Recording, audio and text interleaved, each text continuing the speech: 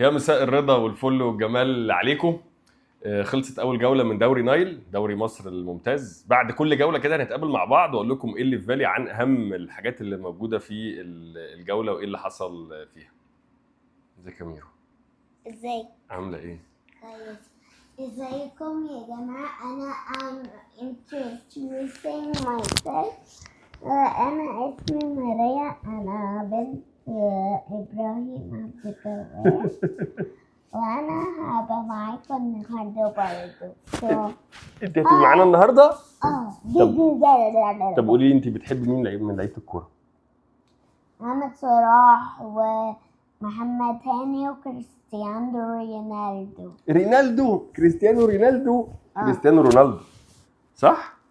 طب قولي انت عايزه تقول لهم ايه بقى عن الكوره النهارده؟ أنا عاوزة أقول لهم إن أنا بحبهم جدا. أنا طبعا بحب كل الناس وبحبكم كلكم أوي أوي. فأنا I'm excited to be with my بابا today عشان أقول لكم هاي و I introduce myself. I love you. Bye. انا بموت فيك، يلا باي. نكمل انا بقى، ماشي؟ أنا أنا عاوزة أبقى معاك كل حاجة. طيب حته صغيره وبعد كده تروحي انت بقى تشوفي تعملي ايه عشان اكمل انا. ماشي، يلا. اول حاجه اخدت بالي منها في الجوله الاولى من الدوري ان التحكيم لغايه دلوقتي، اللهم صل على النبي عليه افضل الصلاه والسلام، الدنيا ماشيه كويسه. فيش بعض الحاجات البسيطه، لكن مفيش قرارات كبيره او قرارات يعني ايه تقدر تقول ان هي مصيريه غيرت نتيجه ماتش. الناس اتكلمت عنها، قالت دي غلطه فجه، قالت دي غلطه كارثيه. فالحمد لله ان اول جوله عدت تمام، وان شاء الله يا رب باقي ال 20 جوله، ال 19 جوله اللي باقيين يبقى الدنيا ماشيه فيهم زي الفل. لان احنا على مدار السنين اللي فاتت كنا بنقعد نتكلم في التحكيم اكتر من نتكلم في الكوره. الحاجه الثانيه اللي خدت بالي منها ان الفرق الصغيره مش هايبه القصه، مش هايبه الموضوع. يعني هتلاقي دجله تعادل مع بيراميدز، مودرن سبورت اتعادل مع الاهلي. طبعا مش تصغيرا منهم، مش قصدي فرق صغيره ان هم فرق، طبعا كل فرق ليها كل الاحترام وليها كل التقدير على راسنا من فوق، بس بموازين القوه اي حد فينا هتساله بيراميدز ولا دجله يقول لك بيراميدز يكسب، الاهلي ولا مودرن سبورت يقول لك الاهلي هيكسب. لكن ان فرقتين يقابلوا الاول والثاني بتوع الدوري السنه اللي فاتت والاثنين يتعادلوا مع بيراميدز والاهلي، دي ما كانتش على دماغ حد. فده يوري لك، ودي حاجه حلوه قوي يا جماعه. تاخدنا نقطه ثانيه كمان، ان لما يبقى في مديرين فنيين كتير شباب، الشاب بيبقى عايز يثبت نفسه وبيبقى عايز يبين ان هو انت بتعملي ايه يا ميرا؟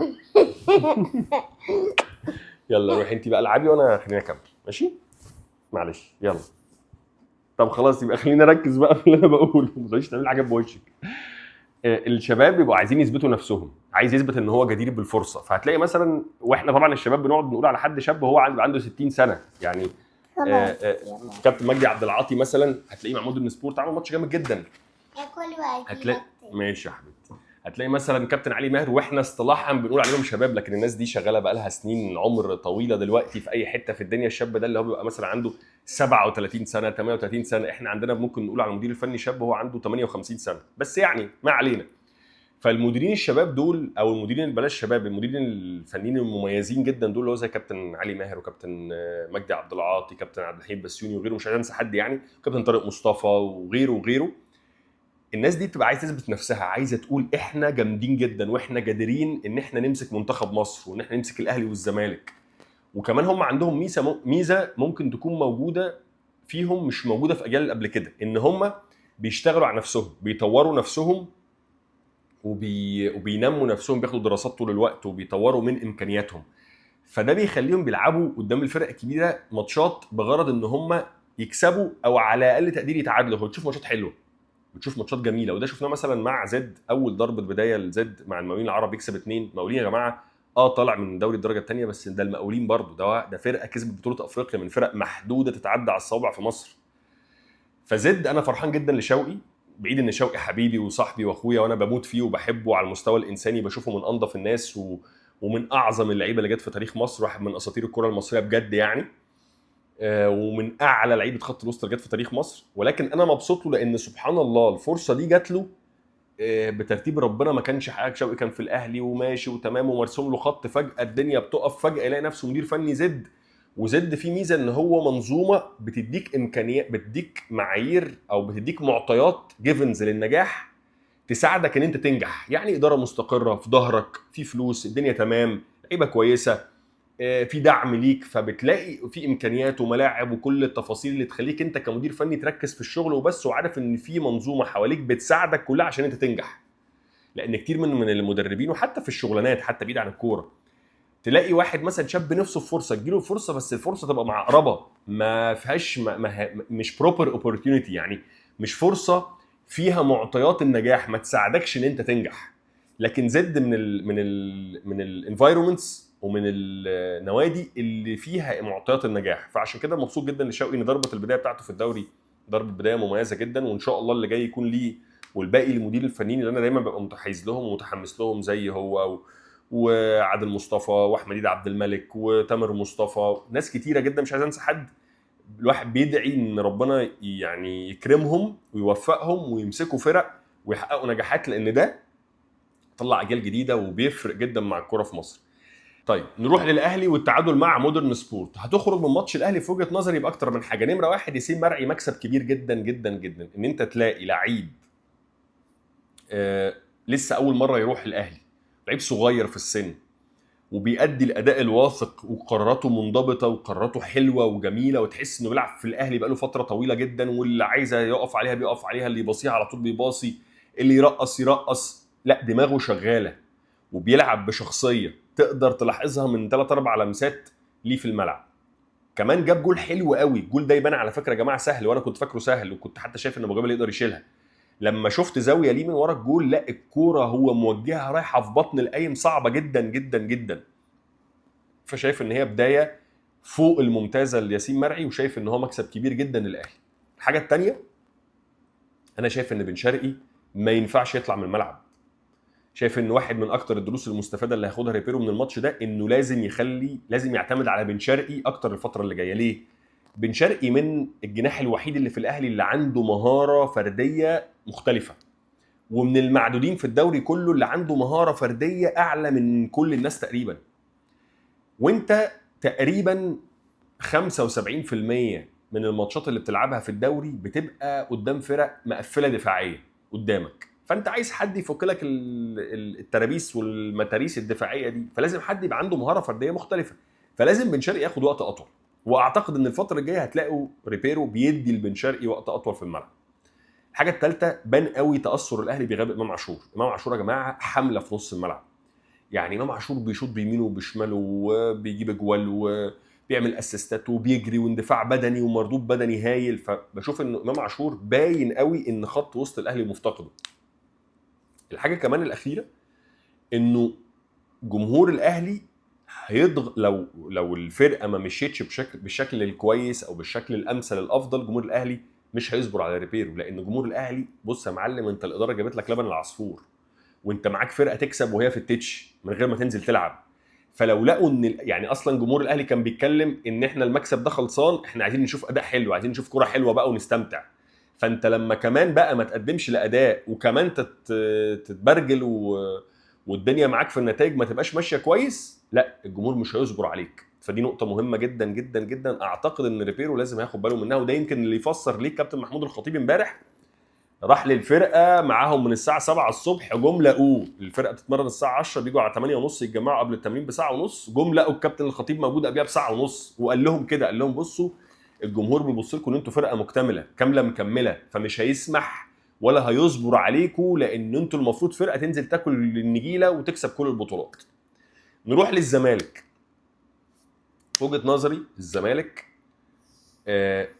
بان في هذا اللقاء اثار النظام اللي محطوط الفتره اللي فاتت. يعني انا حاسس ان الزمالك كسب الماتش ده بالبركه بتاعه النظام والفرقه والقفله والسلكان اللي موجود الفتره اللي فاتت، لان الزمالك ما قدمش احسن ماتش ليه. الزمالك عنده عيوب كتيره جدا، وكان ممكن على فكره الزمالك يتعادل وكان ممكن يكسب، بس انا النيه اللي جوه الحلوه اللي عند لعيبه الزمالك ان هم عايزين يكسبوا، وان هم قافلين على نفسهم، وان هم ظهرهم في ظهر بعض، وفي نظام جون ادوارد عامله جوه فرقه الكوره هو كابتن عبد الناصر محمد، والدنيا ماشيه كويس. ده ربنا كرمهم بيه. طب مين اللعيبه اللي تلفت نظرك؟ 2 لفتوا نظري جدا في الماتش ده. اول حاجه ناصر ماهر. ناصر ماهر لعيب جامد جدا وشخصيه محترمه جدا. عيب ناصر ماهر الوحيد ولكنه عيب كبير جدا انه ما عندوش كونسيستنسي، ما عندوش استمراريه. يعني يقدم لك ماتشين 3 ايه بيطلع صواريخ في الجو وبعد كده يختفي، وبعدين يرجع تاني، وبعدين يختفي، يرجع تاني، وبعدين يختفي. ناصر ماهر لو فضل مقدم نفس الاداء اللي هو لعب بيه ماتش سيراميكا ده وزاد وهو عنده احسن من كده بكتير، هيبقى واحد من احسن اللعيبه في مصر، وهيحفر لنفسه مكانه عند جمهور الزمالك كبيره جدا هو مش متخيلها. ليه؟ لان دلوقتي الزمالك وجمهوره مفتقد للنجم اللي يتلفوا حواليه.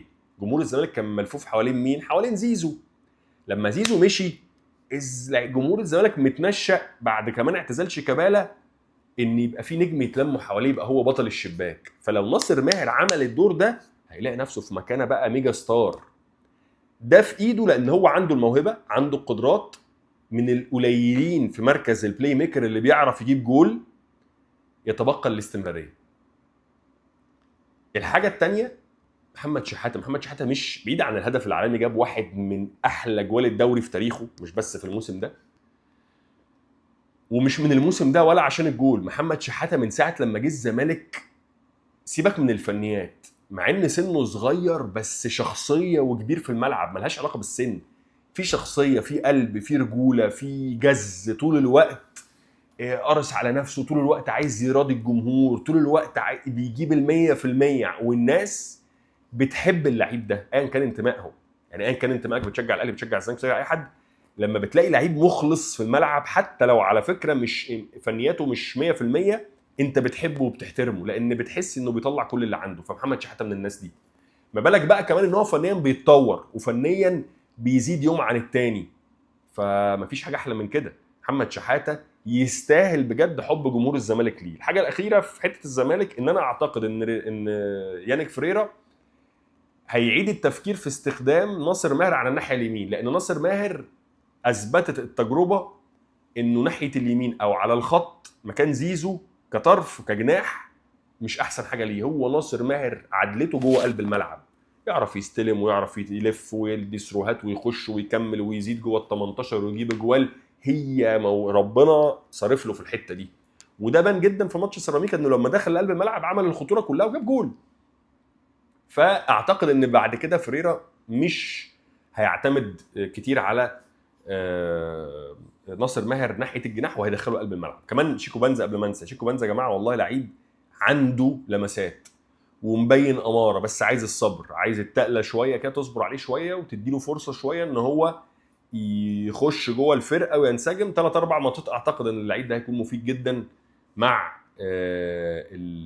لعيبه الزمالك ومع فرقه الزمالك. وان كنت انا دايما من انصار ان انا هجيب لعيب محترف لازم من اول حكه كبريت يخش يبان على طول. في استثناء لدي لو انت جايب لعيب برقم مش كبير، فانت عارف ان هو يعني امكانيه او ارقامه بنفس ارقام اللعيبه المصريين اللي عندك، فهنا ممكن بقى تصبر عليه شويه. لكن هجيب لعيب اديله فلوس ولعيب بيتصرف فيه جامد، لا، لازم يجي يبين اماره على طول. وانا مع دايما ان انا طالما رحت للمحترف لازم يكون احسن من المحلي بكتير. فبما ان الزمالك كان عنده مشكله اصلا ان هو قيمته كانت منقوصه، ما عندوش لعيبه محليين او لعيبه مصريين، والسوق اصلا ما فيهوش لعيبه كتير، واللي انت بتروح تجيبه من لعيبه من انديه مصريه النهارده اقل لعيب يقول لك 80 مليون، 90 مليون، 50 مليون، 40 مليون، 60 مليون. فساعتها لو انت رحت جبت لعيب من بره ب 20 30 مليون هتبقى مجبر تصبر عليه شويه، لان انت اصلا ما عندكش الامكانيه ان انت تروح تجيب لعيب من مصر، وفي الاخر برضو ممكن تبقى هتصبر عليه. فانت جبت لعيب من بره برقم اقل وفي الاخر الاثنين هتصبر عليهم. فلا، طالما الاثنين هتصبر عليهم اجيب حد من بره واديله فلوس اقل من اللي بدفعها هنا. ودي برضو حاجه من الحاجات اللي انا بستغربها، ان احنا عندنا هنا في مصر ما انتش فاهم اللعيبه بتقيم على اساس ايه. يعني على اساس ايه ده بياخد 50 وده بياخد 60 وده بياخد 80 وده بياخد 90؟ مش فاهم. ممكن تلاقي لعيب مش دولي اصلا، ما لعبش عمره منتخب مصر، ما جابش بطوله في تاريخه، بس مطلوب فيه مثلا 70 80 مليون جنيه. ليه؟ ما انتش عارف. طيب نروح للحاجه الاخيره وهي موضوع زيزو والهتافات اللي كانت ضد زيزو. بصوا يا جماعه، في حاجات بديهيه.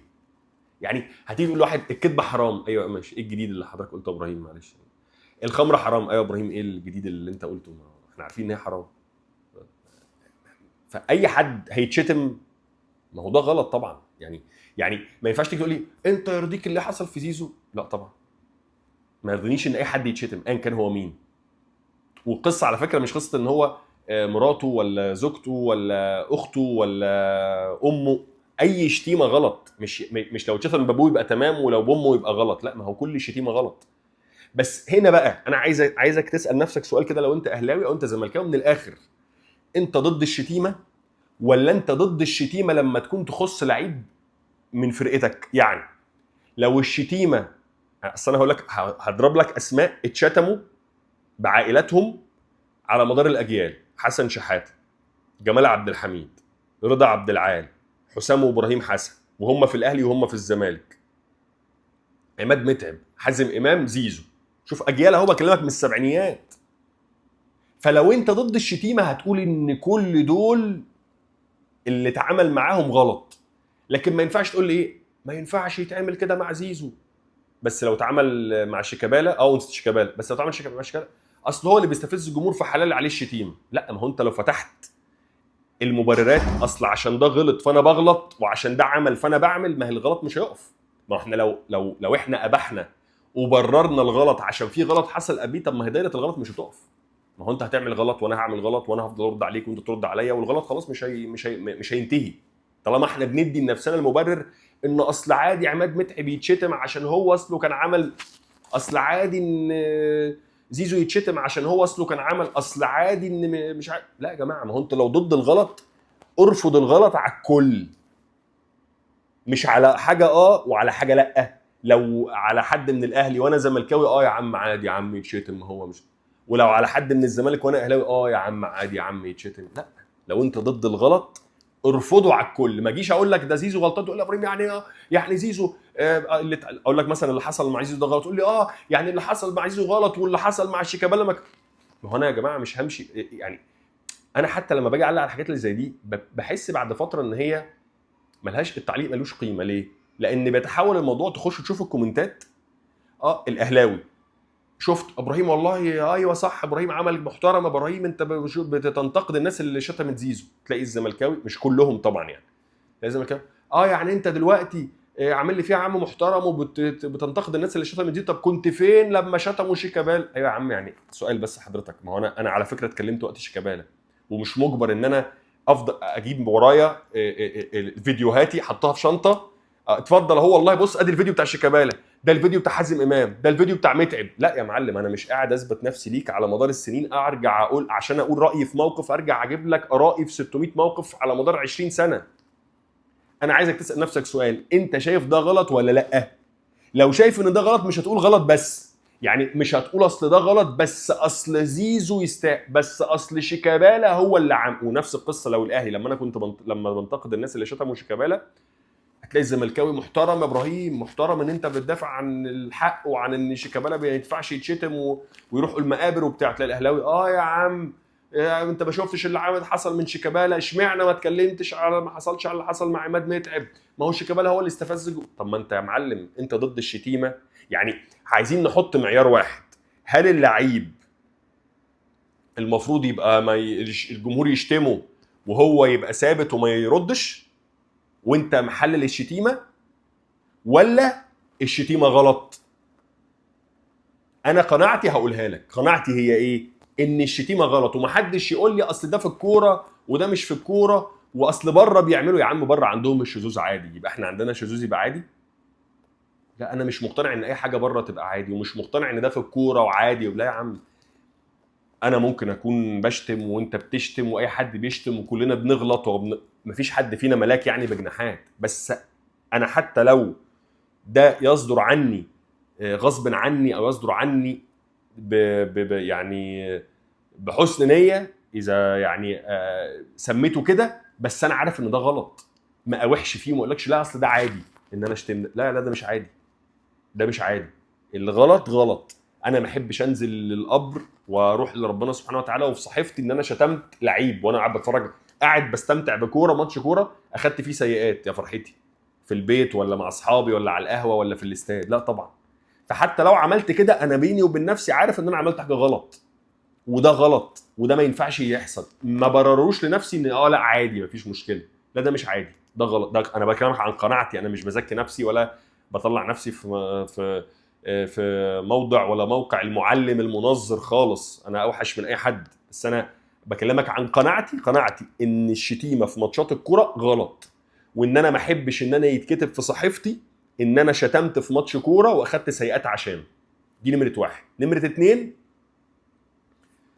ان انا مقتنع ان الشتيمه غلط زي ما انا مقتنع ان اللعيب ما يخشش في صدام مع الجمهور. يعني لو فرضنا، ما انت مش هينفع تسيطر على العقل الجمعي، لو افترضنا ان الجمهور شتم وده غلط وانا بستنكره وضده، مع اي جمهور، جمهور الاهلي، جمهور الزمالك، جمهور الاسماعيلي، جمهور اي حد، من اي جمهور ضد اي لاعب او ضد اي حد أو ضد اي طرف، لان ممكن الشتيمه ما تبقاش للاعب بس، ممكن تبقى لمدرب، ممكن تبقى رئيس نادي، ممكن تبقى عضو مجلس اداره.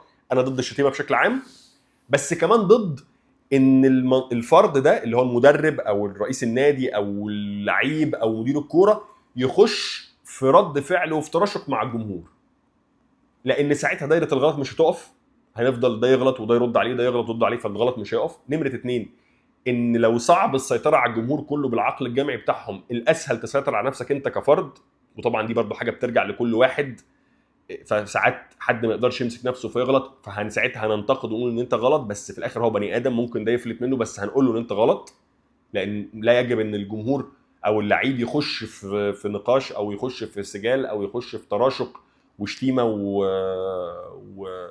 وخناقه مع الجمهور، فلازم يضبط هو نفسه، هو المفروض يسيطر على نفسه بشكل اكبر، وخاصه لو كان لعيب كبير، وخاصه لو يعني عنده خبرات كبيره، المفروض هو يحافظ على نفسه في الحته دي.